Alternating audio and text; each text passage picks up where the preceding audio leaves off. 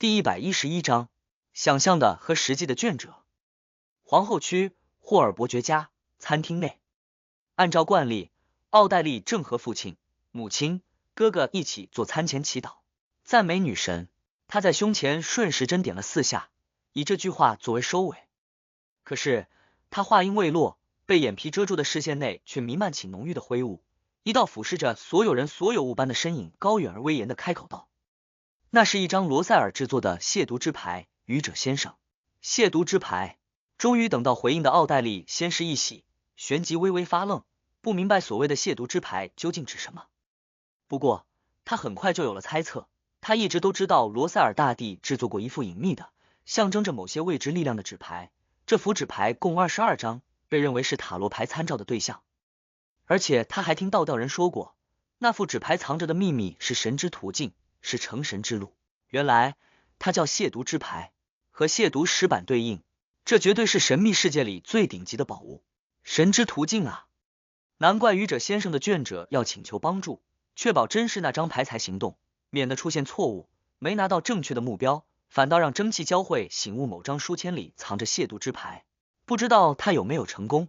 蒸汽教会的非凡者都没来做例行性的询问，或许他还在谋划。身体隐有站立间，奥黛丽又在浓郁的灰雾里看见了一个祈祷的人影，模糊到极点的人影。他正尊敬地说道：伟大的愚者，请向验证者转达我的感谢，这让我的行动非常顺利，为此我愿意将报酬提高到3000镑，从尚未支付的5000镑里扣除，这是对方应该得到的份额。成功了，这就成功了。可我刚才看那些报纸的头版时，都没有斩物被窃的新闻啊，全部是连环杀人案第12位受害者出现的消息。将报酬提高到3000镑，说明愚者先生卷者的行动确实成功了。他没让任何人察觉的取走了那张藏着亵渎之牌的书签，真是帅气啊！罗塞尔大帝发明的这个词汇虽然不够文雅，不够矜持，不符合贵族的身份，但却是我现在唯一的感受。我们塔罗会掌握了一条完整的神之途径，应该是完整的吧，不知道会是哪条，可不管怎么样，这都象征着成神之路。在愚者先生的光辉下，我们总有一天会成为最顶尖最厉害的隐秘势力。不知道别的书签里有没有藏亵渎之牌。奥黛丽控制住激动的情绪，又像往又自豪的任由用餐女仆帮自己铺好餐巾。她眸光一转，望向有边用早餐边看报纸习惯的霍尔伯爵。爸爸，今天有什么值得关注的新闻吗？霍尔伯爵感叹道。那个恶魔又杀害了一位无辜者，第12起了。那是一位刚出名没多久的时尚设计师，仅仅因为贫困难以支撑的时候做过几次站街女郎，他就遭遇了这么可怕的事情。幸运的是，这次有目击者了，有人目睹了那个恶魔犯下血案的场景。呵，他被吓坏了，不停地在街上大喊杀人了，救命啊！呵呵，不得不说，他的呼喊，他的求救有非常不错的效果。那恶魔没有追赶上去，警察们借此锁定了嫌疑人。正在紧张的搜捕中，奥黛丽再次于胸口画出绯红之月道：愿他们的行动成功。爸爸，听您刚才的描述，那真是一副又可怕又好笑的场景，希望那个目击者之后不要因此做噩梦，而就在同一个晚上。愚者先生的卷者没惊动任何人的在重重保护的博物馆内取走了亵渎之牌。奥黛丽向往的在心里补充了一句，并自我填充了一些细节。王国博物馆内复原的书房中，确认只有2张书签被盗吗？机械之星小队队长麦克斯·利维摩尔询问着队员。说话的同时，他偷偷瞄了眼站在书桌前背对着自己的大人物。那是一个身穿白色牧师袍，头戴神职人员软帽的老者。那是蒸汽与机械之神教会贝克兰德教区的负责人，神前会议成员，大主教霍拉米克·海顿。这位大人物不仅仅是神职人员，还是非常出名的科学家，贝克兰德大学物理系荣誉教授。是的，只有那2张书签被盗。被问话的队员相当笃定地回答道。麦克斯轻轻颔首，望向霍拉米克·海顿，想了想，斟酌着问道：大主教阁下，昨天傍晚闭馆后，有一些贵族子弟前来参观，他们有触碰部分展物，包括失窃的2张书签之一，需要让他们配合调查吗？这件事情我知道。霍拉米克双手自然低垂的转过身体，语气平和的说道：我已经确认过了，那些贵族子弟和偷盗书签的窃贼没有任何关系，不需要再让他们配合调查。是，大主教阁下麦克斯本身也没觉得有什么问题，更何况海顿大主教有足够的神秘学知识和各种非凡技巧来确认。霍拉米克有一张很温柔很慈祥的脸庞，此时同样没表现出丝毫的愤怒。他环视一圈道，而且昨晚在这里的不止一个人，至少有2位，分成了彼此对立的两方，其中一位的序列甚至可能比我还高，另外一方却奇怪的逃掉了。虽然我无法还原完整的场景，但有些事情还是看得出来，事情比我们想象的更加复杂。说到这里，他叹息道，我也知道他们为什么要窃取书签了，我们被罗塞尔骗了150多年了，3000磅，真是让人肉痛啊。我攒了这么久，还不到1000磅的。不过，亵渎之牌是无价之宝，拿钱都换不到正义小姐在这件事情里的贡献，也绝对值这个价。还好，都是从她欠我的里面扣，稍微减轻了一些压力。以后要是遇上阿兹克先生，我就用高序列的配方支付那15000磅属于卷者的报酬。其他的亵渎之牌不知道又被伪装成了什么样子。按照大帝的性格，应该都挺出人意料的吧？克莱恩结束回应，望着宫殿外面的灰雾海洋，无声感叹了几句。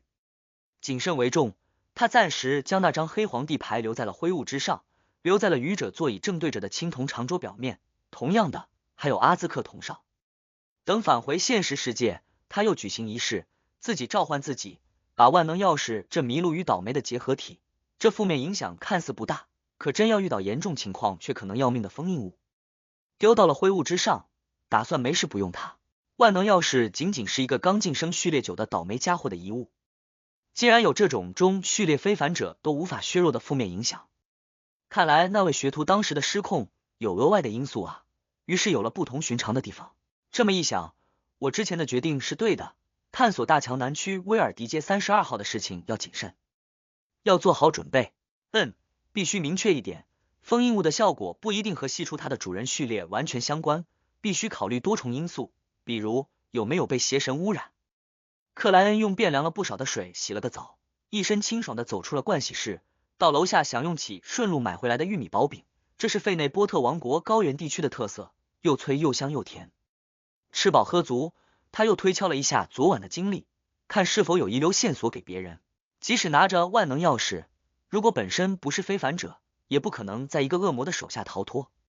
当时那位神秘又强大的女士肯定确认了我不是普通的私家侦探，我也没想过能隐瞒这点，她没有把我抓走，说明她要么是对野生非凡者有一定好感的官方人员，要么就不属于三大教会，不属于军方。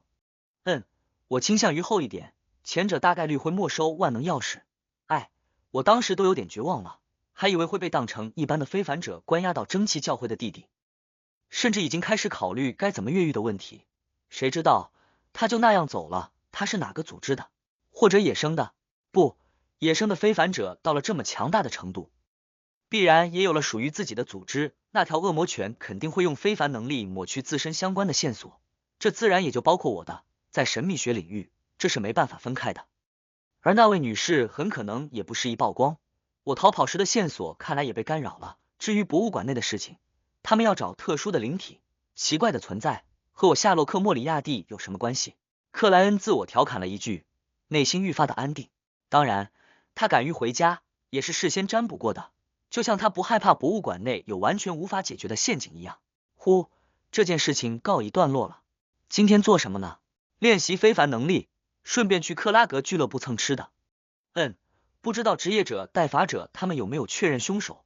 要不要再写封信给艾辛格斯坦顿，稍微提示一下？思绪翻滚间，克莱恩听见外面有人靠近又远离。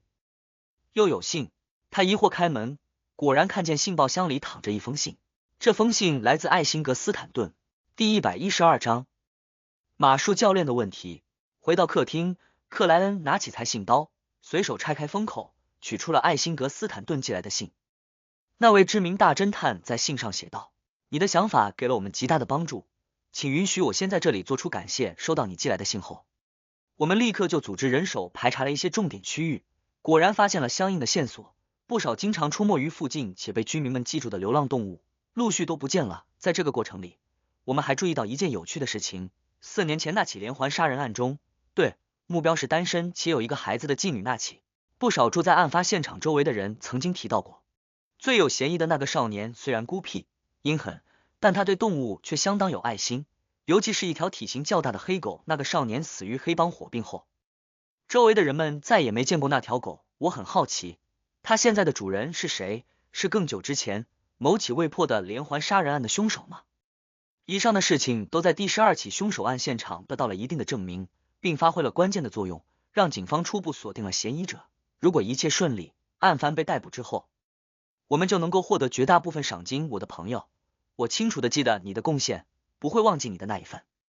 艾辛格斯坦顿似乎有点怀疑我知道了恶魔的真相，所以故意暗示了一些事情。克莱恩放下信纸，无声嘀咕道。不过，这封信也让他真正放下了心。官方非凡者们没有找错对象，那条恶魔巨犬如果没有得到另外的帮助，被抓或被击毙是迟早的事情。至于艾辛格斯坦顿猜测对方还有位主人的事情，克莱恩缺乏足够的证据确认，只能说有一定的概率。总之，我的任务到此为止，接下来就是职业者、代罚者、机械执行小队的事情。克莱恩抽出崭新的纸张，拿起原副钢笔，给艾辛格斯坦顿回了封充满谦虚意味的信，并对他那些微妙的暗示置之不理，就像一位真正的普通私家侦探一样。又捡了个纸人，出门寄好信后，克莱恩踱步来到公共马车等待点，一身轻松的想到，接下来就可以等着收钱了。雷帕德说自己要连看3天罗塞尔纪念展，我得等周六再去找他，支付最后一笔款项，希望到时候自行车的专利已经申请下来了。贝克兰德专利局的工作效率似乎一直都不高。克莱恩刚才已经想好了今天的安排，在非凡者聚会没法召开，买不到相应物品的情况下，他突然空闲了下来，短暂竟不需要再忙碌。上午去克拉格俱乐部练枪，练非凡能力，并在那里用午餐，接着找家较好的马戏团，观摩下魔术师的表演，看能不能得到点灵感。他掏出金壳怀表看了一眼，心情不错的登上了公共马车。希尔斯顿区克拉格俱乐部，因为克莱恩每周至少过来2次，所以侍者们全都记住了他，不需要他再出示会员证明和白双星座徽章。此时是周3上午，克拉格俱乐部的成员则大部分属于较有地位的中产阶级，从事着固定的颇为体面的工作，不是周日，不是年假，不是下午茶时间，很难过来。宽敞明亮的大厅显得异常空荡，只有角落的茶几沙发区域坐着那么几个人。一眼扫过那里，克莱恩看见了位熟人，于是上去打了声招呼。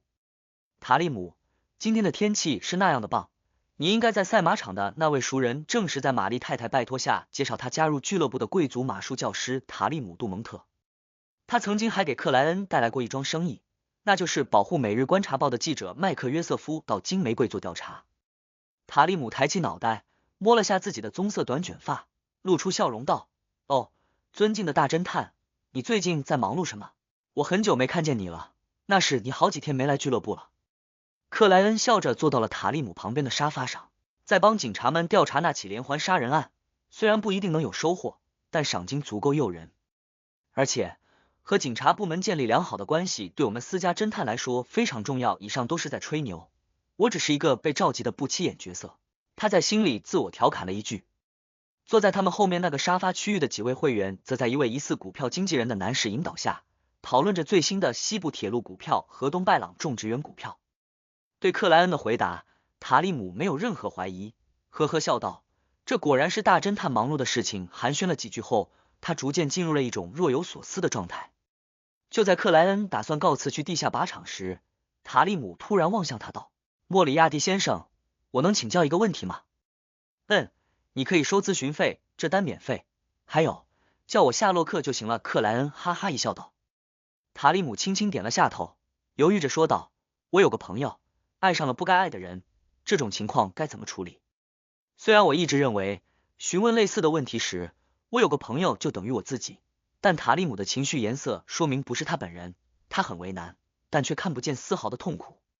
开启了灵视的克莱恩往后微靠，双手交握道：很抱歉，我不是心理医生，也不是报纸杂志上那些善于解决情感问题的专家，我唯一的建议是不要犯法，呵呵，这是开玩笑的。首先，我们要弄清楚不该是源于什么，双方的家庭之间有仇恨关系。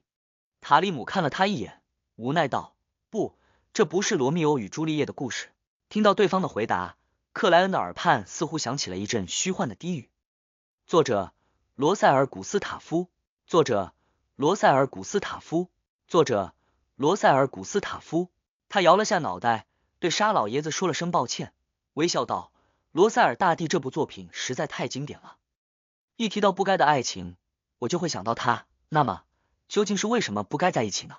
塔利姆默然几秒道：“我得保密，抱歉，就当我没有问过。保密，那是位很有身份的人啊，爱上了同性，爱上了有血缘关系的人。”克莱恩忍住强烈的好奇，摊手道：“那我只能再给一个建议。多看看《暴风山庄爱情与嫉妒》这些感情充沛的畅销小说。”塔利姆翕动了几下嘴唇，叹息一声道：“哎，这只能是最后的办法。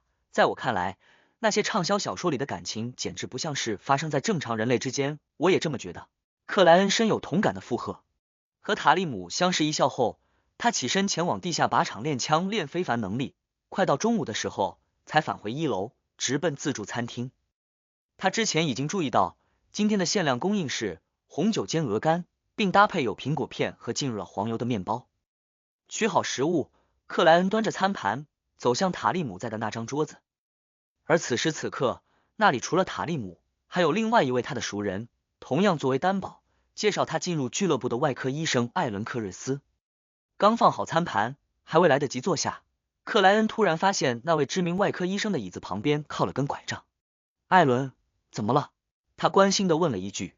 个子高瘦，长相冷淡，戴着副金丝边眼镜的艾伦轻拍了下右腿道：“不要提，这真是太倒霉了。我从楼梯上摔了下去，出现了较为严重的骨裂，只能打石膏做固定，真是不够走运啊。”克莱恩附和着叹息了一声，并切了块鹅肝，蘸汁塞入口中。那刚一接触就会融化般的感觉，让脂肪的芳香不断外扩，刺激着每一个味蕾。我已经不走运很长一段时间了。艾伦举手推了下镜框，顺势揉了揉额角。他随即望向克莱恩，又看了看塔利姆，犹豫着问道：“莫里亚蒂先生，你有没有？什么？”克莱恩抬头问道。艾伦压低嗓音道：“你是一位知名的大侦探，应该有认识不少人吧？”还好。克莱恩不明白对方什么意思的敷衍了一句。艾伦又看了塔利姆一眼，吸了口气道：“你有认识类似乡村巫医的人吗？”“不，我的意思，有些本事的占卜者或神秘学爱好者。我觉得我最近的不走运太不正常了。我知道那些很大可能是假的，骗人的，但已经找不到别的办法摆脱倒霉。我试过去教堂祈求、捐赠、参加弥撒，但没有任何作用。有些本事的占卜者或神秘学爱好者。”“你仿佛是在说我。”克莱恩思索道。“艾伦，你详细说一下，你都遭遇了什么事情？”旁边的塔利姆也跟着点头。“不用担心，我虽然是主的信徒，但并不排斥神秘学的东西。”艾伦苦恼的叹气道。“很多事情，比如做手术出现失误，旅行遭遇蒸汽列车事故，回家又发现进了小偷，去医院，结果跌下了楼梯。你说会不会是有谁在诅咒我？”“之前听艾伦提过类似的事情。”克莱恩微微皱起了眉头。作为一名前职业者，他很容易就从这样的描述联想到一件封印物。厄运布偶，类似的物品。他开启灵视，严肃问道：“艾伦，你仔细回想一下，在那些不走运的事情连续到来前，你或者你的家人，你的家人也有遭遇不走运的事情吗？”第113章，专业的建议。克莱恩本来想问，在那些不走运的事情连续到来前，艾伦或者他的家人有没有将什么较为不同寻常的物品拿回家，比如有点肮脏的布偶，但话到嘴边，他忽然觉得这太直接了，很容易暴露自己对神秘领域相当了解的事实。虽然这能解释为大侦探见多识广，但没必要冒这个风险。于是他改用更迂回的方式问艾伦医生的家人是否也遭遇着不幸。听到他的问题，艾伦·科瑞斯仔细回想了下道：“没有，除了跟着我遭遇蒸汽列车事故，他们和之前一样，大部分时候谈不上幸运还是不幸，剩下的则两者兼有，不算特别倒霉。”“这就不对了，如果是厄运布偶那种需要封印的物品，肯定会影响一定范围内的人。难道是艾伦把鲜血滴在了上面？”于是双方建立起了稳固的联系。克莱恩的灵视里，艾伦的气场和情绪颜色与他的身体和精神状态分别吻合，没有特别的地方。他斟酌着问道：“你供职的那家医院里有和你差不多倒霉的人吗？”“没有，所以我觉得我肯定是被谁诅咒了。”艾伦拉扯了下领结，显得颇为焦躁和不安。在塔利姆好奇旁观的目光里，克莱恩想了想道，在那些不走运前，你是否有遭遇过什么较为奇怪的事情？比如割伤了自己？在民俗传说里，鲜血是诅咒能够成立的强力媒介，我怀疑是诅咒后确认过这一点。最近3个月我都没有流过血。艾伦按着刀叉，神情沉重的回答道，这就有点奇怪了，又不能当着他们的面做较为复杂的占卜。克莱恩再次问道，那么别的有点奇怪的事情呢？艾伦，你认真再回想一下，这种事情不可能没有原因。你最近是否有得罪谁，或者成为了别人的障碍？塔利姆附和着关切了一句。艾伦低下目光，望着餐盘内的食物，陷入了长久的沉思。克莱恩也没有闲着，在食物变冷变得不好吃前，解决了它们。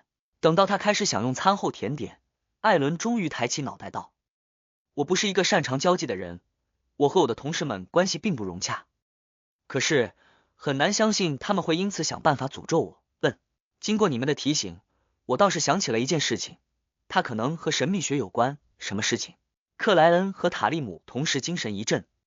在连续不走运之前，我负责着一个病人，那是一个不到10岁的小孩，他非常可怜，因为一些问题需要截掉左腿。艾伦推了下金边眼镜，回忆着说道，我刚成为父亲没有多久，对孩子遭遇的不幸总是充满同情，每次查病房的时候都会和他聊几句，鼓励他，安慰他。顿了顿，艾伦说的愈发顺畅。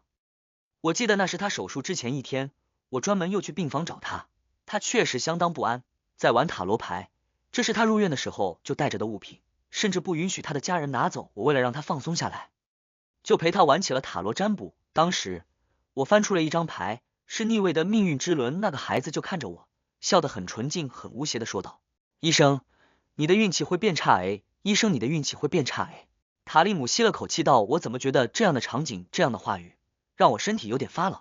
那个孩子后来死在了手术台上。艾伦摇头道，那台手术很成功，没过多久他就顺利出院了，还特别感谢了我，所以我一直没怀疑过这件事情。可现在回想之后，我发现这是最近2个月来我唯一一次接触涉及神秘学的物品。不管怎么样，不管有用还是没用，塔罗牌终究是用来占卜的。克莱恩手中不知什么时候多了枚黄铜色泽的硬币，他正在指尖跳跃和翻滚，似乎象征着知名大侦探的分析过程。那枚硬币弹起又落下，掉在了掌心。克莱恩用眼角余光瞄了一眼，结束思考道，那个孩子叫什么？住在哪里？艾伦毫不犹豫地回答道，他叫威尔昂塞汀，至于住在哪里，我就不记得了。侦探先生，你的建议是？你有认识的神秘学领域的专家吗？克莱恩喝了口红茶，在艾伦和塔利姆期待的目光里笑道，我的建议是，去你信仰的那位神灵的教堂，向主教描述你最近遭遇的不幸，然后询问他是否有解决的办法。艾伦，我记得你是黑夜女神的信徒吧？他差点顺嘴喊出女神，幸好及时想起自己现在的身份是信仰蒸汽与机械之神的侦探。可是我之前向女神祈祷、参加弥撒以及捐赠钱财和物品都没有作用啊，我认为还是得找一些有点本事的占卜者。艾伦并不认同莫里亚蒂侦探的建议。塔利姆在旁边附和着点头道，是啊，神灵并不会在意你走运还是不走运，走运是庇佑，不走运是考验。这位朋友，你的信仰很不虔诚啊，小心风暴之主给你一闪电。克莱恩分别望了2人一眼，笑笑道，这个建议基于很简单的逻辑，如果这个世界上真的存在有用的能产生效果的神秘学，那么最擅长这方面事情的肯定是7大正统教会，否则他们早就被其他掌握了神秘学的势力替代了。要是没有所谓的真正的神秘学，那找占卜者、找巫医也不会得到任何帮助，还不如看地位较高的主教那里有什么解决的办法。艾伦仔细分析了一下，终于点头道，很有道理，或许需要主教帮我转达，女神才会庇佑我。不，准确的描述是，有了主教的转达，职业者们才能注意到你身上的异常。克莱恩在心里反驳了一句，他根本没想着自己帮助艾伦，因为要解决对方在运气方面的问题，除了找到一切的根源，肯定也得布置一定的仪式。先不提克莱恩懂不懂真正的转运仪式，就算懂，他也会因为仪式在不熟悉的人面前暴露自身拥有超凡之力的事实，凭空增加不少风险。既然能让职业者出面，那我就没必要自己去弄了。就是不知道问题来自那个男孩，还是他手中的塔罗牌。如果是后者，那说不定是相当适合我的封印物。可惜啊，克莱恩悄然摇头，将一下涌现的贪婪等情绪压制于心底。这时，艾伦已有了决定，看着克莱恩，扯了下嘴角道：“感谢你，莫里亚蒂先生。虽然你并不懂神秘学，但却依靠严密的逻辑给出了最好的建议。是，我不懂神秘学。”克莱恩微笑道：“直接称呼我夏洛克就行了。”艾伦，自从不再是职业者，我神秘学知识的构成就越来越奇怪了。一边是掌握了不少关系高序列关系神灵的秘密，一边则只懂较为初级的仪式魔法，相对较复杂的那些，仅知道献祭和赐予仪式。符咒更是长期停留在3种。克莱恩在心里叹了口气，觉得自己迫切需要一本较为全面、较为深入的神秘学书籍。至于能够从非凡特性里分离出邪神精神污染的知识，目前连线索都没有。在俱乐部午休了一阵后，克莱恩乘坐公共马车抵达了乔伍德区靠近塔索克河位置的莱斯马戏团。今天并非节日，也非假日，马戏团内的客人并不多，负责招待和逗乐的小丑们都显得有些无精打采。从占卜小屋和卖馅饼、薄饼、水果派和酒精饮料的帐篷间穿过后，克莱恩沿着马戏场地的边缘找到了一个小剧场，门口的黑板上写着：非节假日时期，每天4场表演，每场1个小时。下午第1场在2点，刚开始没多久。买了票，克莱恩进入剧场，听见了喝彩的声音。此时，一位驯兽师正在舞台上手提鞭子，命令一头黑熊做憨态可掬的表演。旁边趴着一头斑纹黄黑交错的老虎，坐着一只毛发很深很卷的狒狒。啪！随着驯兽师的挥鞭，那头黑熊笨拙的翻了个跟头。我说，这家伙刚才想给你一巴掌。一排排席位的最前方，突然有人高声喊道，顿时引来场地内不多观众的大笑。他们以为这是马戏团逗乐的新方法，但克莱恩却并不这么想，因为他发现驯兽师的情绪颜色偏向了生气和恼怒。他笑了笑，走至第1排坐下，欣赏起舞台上的表演，免得愧对门票。就在这个时候，刚才说话的那个人又喊道，那头老虎想咬断你的脖子，那只卷发狒狒想把你抓到屁股底下当垫子。观众们哈哈哈的笑声里，驯兽师的动作明显僵硬了一下。虽然那些话很像在捣乱，可为什么我听出来了提醒的意思？克莱恩侧头望向同在一排的说话者，发现那是位脸蛋圆乎乎的30来岁男子。这种语气，这种方式，有点熟悉啊。克莱恩无声嘀咕道。第114章，路遇。莱斯马戏团的小剧场内，只要感觉熟悉，对占卜家而言就不存在想不起来的问题。克莱恩推了推鼻梁上架着的金边眼镜，往后微靠，近乎无声的低语了几句。紧接着，他假作休息的闭了10几秒眼睛，实则借助冥想快速入睡成功，获得了梦境提示。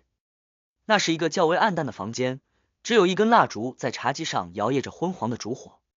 座于周围的人都罩着黑色带兜帽的长袍，戴着只能遮住上半张脸孔的铁面具。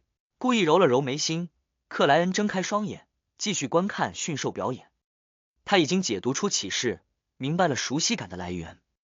梦境中的画面是智慧之眼老先生召开的那个非凡者聚会，里面有位药师，也是脸庞胖乎乎的，喜欢用讥讽的方式提醒别人。明明是个好心肠的家伙，却总是给人一种欠揍的感觉。会是那位药师吗？不太像啊，他什么时候懂驯兽了？根据职业者的内部资料记载，药师的灵视也不像占卜家途径那样能细致分别情绪的颜色。在气场颜色上，他们倒是别有擅长。克莱恩的思绪缓慢发散开来，并未影响他欣赏舞台上的表演。在他的灵视里，黑熊、老虎和卷毛狒狒的情绪颜色确实都不太稳定，再有一定程度的刺激，就很可能当场爆发。这也就间接证实了刚才说话的那位胖乎乎男子不是在捣乱，他似乎能读出那3只动物的想法，明白他们的冲动。而有了他的提醒，那位驯兽师虽然多了强烈的怒火，脸色都阴沉了下去，但终究还是本能的柔和了动作，小心了不少。一场表演顺利结束之后，是一出简陋但充满喜感的戏剧。等到结束，才有魔术师上来表演。这位魔术师穿着燕尾服，打着同色领结，戴着又高又大的礼帽，刚一上来就做了个口中喷火，顿时让场地内的那些观众纷纷喝彩鼓掌。很简单的技巧啊，眼力已算得上非常出众且看过不少魔术教学节目的克莱恩，只是瞄了一下就明白了关键。接下来，那位魔术师又表演了经典的蜜香脱困、摘帽飞鸽、掏出鲜花、纸牌魔术等节目。克莱恩本以为自己能轻松识破对方的每一个手法，但却愕然的发现，在某些时候，自己竟然完全没有收获，因为注意力被吸引到了对方希望的地方，忽略掉了关键细节。他明明没有非凡能力，手法却依然能瞒过我的眼睛。关键是对注意力的把握。魔术师第2条守则：充分调动目标的注意力，从而达到想要的效果。克莱恩在心里做出了不知道是对还是错的揣测，这有待于通过扮演来收获反馈。就在这个时候，魔术师的表演结束了，观众们毫不吝啬地给予了热烈的掌声和喝彩声，场内的气氛达到了下午的最高峰。呵呵，第3条守则：魔术师的表演需要得到观众的喝彩。克莱恩半是调侃半是猜测的无声自语了一句。3点出头，他扯了扯黑色双排扣长礼服的领口，起身离开了小剧场，并未尝试着接触那位疑似药师的胖乎乎男子，只是悄然记住了对方的长相，贸然搭讪或许会弄出过激的反应。乘坐有轨公共马车，克莱恩向明斯克街返回。这马车分为双层，各坐着一些乘客。克莱恩按照惯例挑选了底层靠窗的位置。马车走走停停了一阵，本半闭着眼睛回想刚才那些灵感的他，突然一阵心悸，变得清醒而理智，就像被人强行入侵了梦境或被直接通灵时的反应一样。此时此刻，他明确的知道自己不在现实世界里了。有着丰富经验的他故作无事，环顾了半圈，发现左侧穿燕尾服戴高礼帽的绅士依旧在翻看着报纸，邻有2个小孩，一身浅蓝色衣裙的妇女正头疼的呵斥着不听话的捣蛋鬼。他的旁边有人啃着面包，喝着自带的茶水，一切的一切和之前没有任何区别。可克莱恩悄然开启的灵视中，这些乘客都没有散发出相应的气场颜色和情绪颜色，他们没有以太体，他们明明在说话，在吃面包，在看报纸，却没有一点活着的痕迹。这是虚幻的假象，还是他们突然死掉了，仅仅按照生前的惯性活动着？克莱恩竭力镇定，侧头望向窗外，只见大街上的马车和行人来来往往，依旧是下午时分的景象，但是他们也没有气场颜色。随着马车较为缓慢的前行，克莱恩愈发变得凝重，不明白究竟发生了什么事情。他低头审视自己，看见了明确的灵性光彩和周围其他人截然不同。就在这个时候，他突然听见了一声怒吼，不像来自人类的怒吼。克莱恩忙又抬起脑袋，发现大街上多了一只黑色大狗，它尖利锋锐的颗颗白牙沾染着血锈般的痕迹，正是那只恶魔巨犬，犯下了累累血案的恶魔巨犬。这黑色恶犬迅速膨胀成了高大的恶魔，背后有蝙蝠般的翅膀，头上长出了满是神秘花纹的羊角。它正仰望着天空，发出一声满是污秽意味的恶魔语单词。堕落。几乎是他开口的同时，克莱恩就已确认它是真实的，因为它有气场和情绪颜色，有强烈的灵性光彩在散发。随着那恶魔巨犬的呼喊，四周几位虚幻的行人豁然炸开，化作黑色的雾气弥漫向半空，遮蔽住了视线。但克莱恩隐约能看到，半空和周围多了不少具备气场颜色的真实之人，他们使用着会散发灵性光彩的非凡能力。怎么回事？普通人都是虚幻的，非凡者却都是真实的。这是职业者、代法者，他们找到了那条恶魔巨犬，用特殊的封印物制造出了不会打扰到现实世界的战斗环境。那封印物只针对非凡者，对普通人无效。于是刚好路过的我就不幸被拉入进来了。克莱恩思绪电转，大概猜到了自身的遭遇，这还真是莫名其妙的灾难啊！他刚有感慨，突地听见了一声惨叫，凄厉的惨叫，巨大的惨叫，周围遮蔽视线的黑气陡然分散，那只恶魔巨犬重重摔在地上，身体竖直着分成了2片，而半空所有的光芒都集中在了某件事物上，让它宛若一轮纯净的月亮，照耀着深沉黑暗的环境。那只恶魔巨犬生命力顽强的再次怒吼了一声，身体陡然爆开，用灵魂和血肉为燃料，烧起了淡蓝与赤红交织的冲天火焰。可是火焰刚至半空就失去了全部的亮度，被那皎洁明月般的事物吸收了，它无声无息不见了。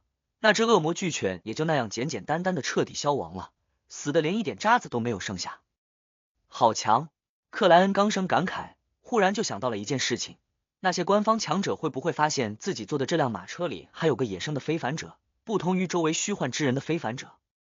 他心中一紧，头皮发麻的掏出一张纸人，顺手一抖，将它抖成了自己，没有气场和情绪颜色的自己，而他本人则借助替身法的特殊，躲到了纸人的阴影里。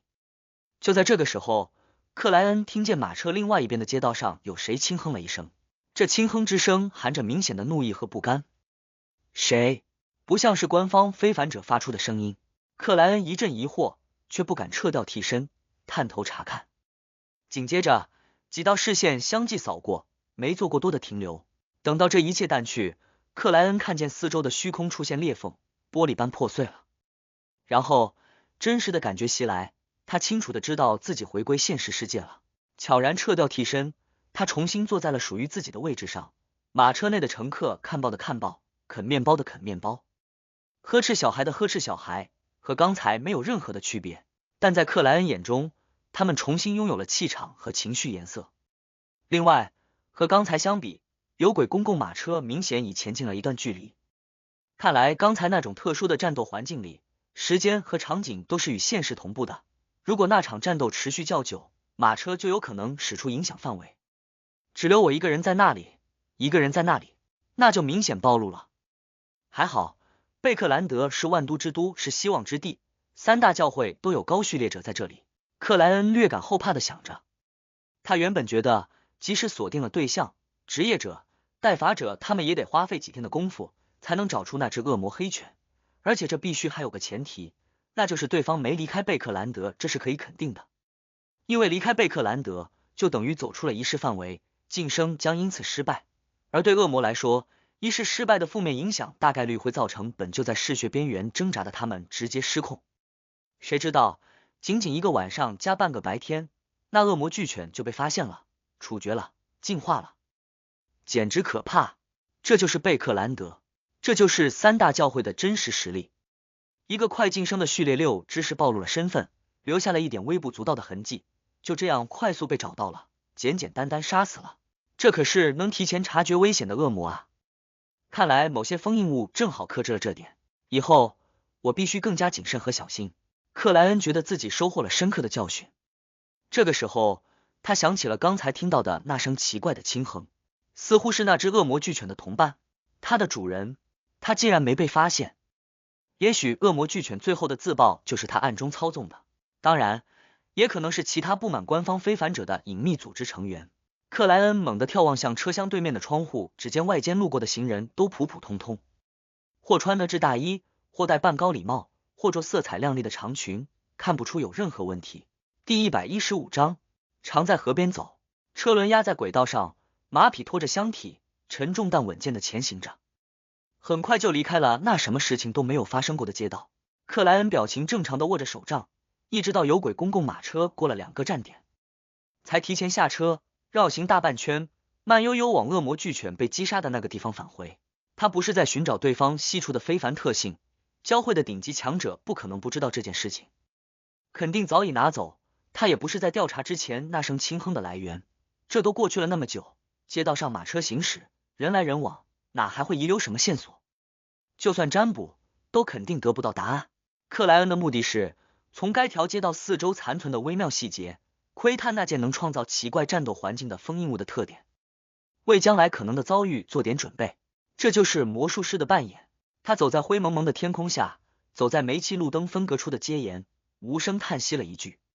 他之所以要等2个站才下车，并绕远路返回，是担心当时还有暗中打扫战场的官方非凡者，能不与他们碰面就尽量不要碰面。着装体面，拿着手杖，衣襟处有金色表链悬挂的克莱恩用了一定的时间，终于返回了恶魔巨犬死亡现场，但街道上根本没有任何相应的痕迹残留，来往的行人也明显不知道这里曾经发生过一起较为激烈的超凡战。那件封印物可真神奇啊，比大规模大范围催眠还厉害。克莱恩开启了灵视，让自身的脚步变得更加缓慢，就像出来郊游而非办事的绅士一样。这么一圈转下来，他竟用了大半个小时，可灵视却没有得到任何收获，目标街区毫无异常。不过克莱恩的灵感还是察觉到了一点东西，那就是范围与边界。进入街区和从另一个方向离开的时候，我都有点微妙的虚幻的感受，似乎从一个世界进入了另一个世界，也就是说，那件封印物的影响范围至少能达到一个街区，上限暂时不清楚。还可以确认一点，那就是他只对非凡者发挥作用。克莱恩立在目标街道之外，若有所思地点了下头，接着再次返回，找了家还算有档次的咖啡馆，点了杯南威尔咖啡，坐到了靠窗的位置。他边喝着那浓香的液体，边审视着外面越来越热闹的街道，看随着时间的沉淀，这里是否会有别的变化。可惜的是，他期待的事情并没有发生。当然，他也不是完全没有收获，至少他确认了一点，那就是魔术师不做无准备的表演确实是扮演的规则之一。他感觉体内微妙沉淀的特性有了很轻的被撬动的现象。傍晚来临后，克莱恩不再观察，重新乘坐有轨公共马车返回到明斯克街。此时，道路两侧的煤气路灯已全部被点亮，带着蓝色的火光照亮了略显湿漉的水泥地面和一株株叶子枯黄凋零的行道树。克莱恩拿着手杖，从于尔根律师的家外面通过，向15号那栋房屋漫步前行。走着走着，他突然想到了一件事情，那就是家里的食材已经用完，这么回去是没法做晚餐的。是去肉店、菜店、水果店，还是先找家餐厅填饱肚子？克莱恩犹豫了下，最终决定今晚偷个懒，吃现成的。虽然这个世界的很多菜肴做起来相当简单，且非常快速，不至于出现做菜1小时，用餐5分钟的现象，但不管怎么样，还是需要一定劳动的，而且还得自己刷盘子、洗刀叉。摸了下钱包，克莱恩原地转身，往记忆里餐厅较多的方向行去。他又一次路过了于尔根律师的家，于尔根站在敞开的凸度窗后，看着表情迷茫的莫里亚蒂侦探，抬高音量道：“莫里亚蒂先生，我是说，你又忘记带钥匙了，或者钥匙掉了？为什么要说又？”克莱恩呵呵回应道：“不，并没有。”于尔根非常正经地点了下头。那还是到我家做客吧，等用过晚餐，天色全黑再回去。克莱恩犹豫了1秒，微笑道：“这是我的荣幸。”他进门的时候，黑猫布罗迪正在角落舔洗着爪子。于尔根没多寒暄，进入了厨房。等到克莱恩挂好外套和帽子，放好黑色手杖，一步步进入餐厅，桌上已摆好食物，有黑乎乎的肉排和同色调的土豆泥等食物。他对此并不奇怪，于尔根律师的奶奶多丽丝太太上了年纪后的烹饪风格就是这样，卖相不佳，但足够可口。他可是一位大厨。克莱恩坐到于尔根的对面，微笑寒暄道：“你正准备用餐？”“是的，用餐前，我习惯看一下外面的景色，任由自己的思绪没有边界的蔓延。”于尔根铺好餐巾，拿起了刀叉。克莱恩疑惑的环顾一圈道：“多丽丝太太呢？”于尔根叹了口气，严肃回答道：“天气越来越冷，他肺部的老问题又出现了，不得不去医院住段时间，月神庇佑他。”克莱恩不太娴熟的在胸口画出蒸汽与机械之神教会的3角圣辉，接着他切了块肉排，插起准备塞入口中。就在这个时候，他忽然想到了一个问题，忙开口道：“所以这是你准备的晚餐？”“当然，几分钟前就做好了。”于尔根简洁的回答道。“不是大厨多丽丝太太的手艺，那这个卖相……”克莱恩嘴角抽动了一下，忍着心里的恐惧，依旧咬下了银质叉子上的那小块肉排，慢慢咀嚼了起来。他的眉头一点点皱起，最终强行吞下了食物，脸上则挤出了一抹笑容。“为什么提前就准备好了2份？一份是准备带到医院给我奶奶的。”于尔根抬头瞄了克莱恩一眼，不觉得这有什么问题的说道：“等下我再准备1份。”原来是这样，为了礼貌，克莱恩暗自吸了口气，用战斗般的姿态解决掉了面前的食物。等到他吃完，于尔根还剩小半，这位高级事务律师暂时放下刀叉，端起旁边的高脚玻璃杯，喝了口红酒，没什么表情的问道：“感觉怎么样？你最喜欢哪道菜肴？我知道我和我奶奶的手艺还有不小的差距，但应该不是太夸张。”“律师先生，我怀疑你除了颜面神经失调，还有味觉方面的问题。你就不能正确的认识自己吗？”克莱恩抿出微笑，左右动了动脑袋道：“白面包还不错，那是到其面包房买的。”于尔根重新埋下脑袋，解决剩余的食物。等喝掉残存的红酒后，他想了想道：“莫里亚蒂侦探，我想委托一件事情，很简单的委托。”“什么？”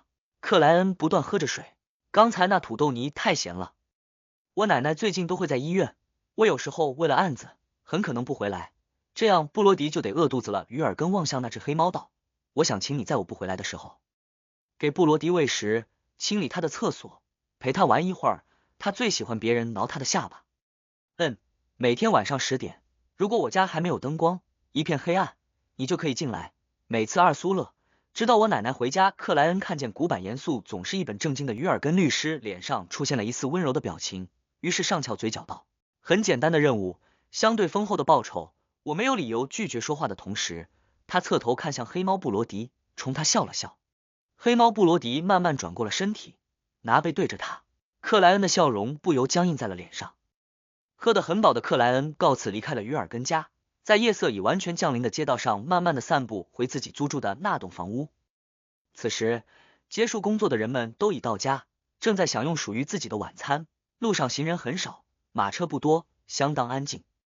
走在煤气路灯的光芒下，对回去没什么迫切欲望的克莱恩越来越慢，他脚旁黑色的影子同样如此。路过萨默尔家的时候，他通过凸度窗看见里面灯光明亮，人影来回，有交谈和大笑的声音隐约传出。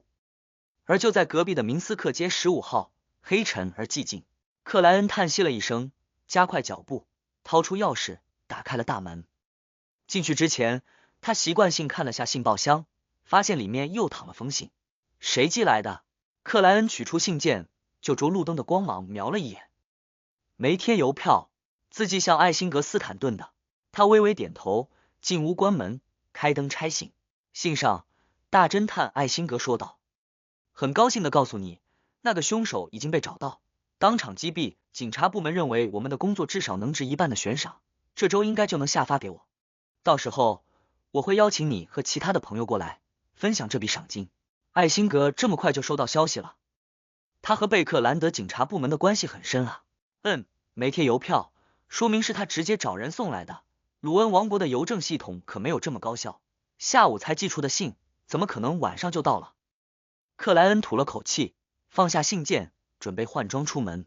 连环杀人案告破，贝克兰德的局势随之缓和，他可以尝试着做些事情了，比如去勇敢者酒吧找卡斯帕斯，联络马里奇，看这位操纵活尸的非凡者和沙伦小姐那里有没有神秘学领域的书籍。如果我猜的不错，他们应该是玫瑰学派的叛逃者，之前也算是有正式组织的，肯定知道不少神秘学知识，而我现在有足够的金钱购买了。克莱恩摸了下自己的钱包，颇有点期待的想着。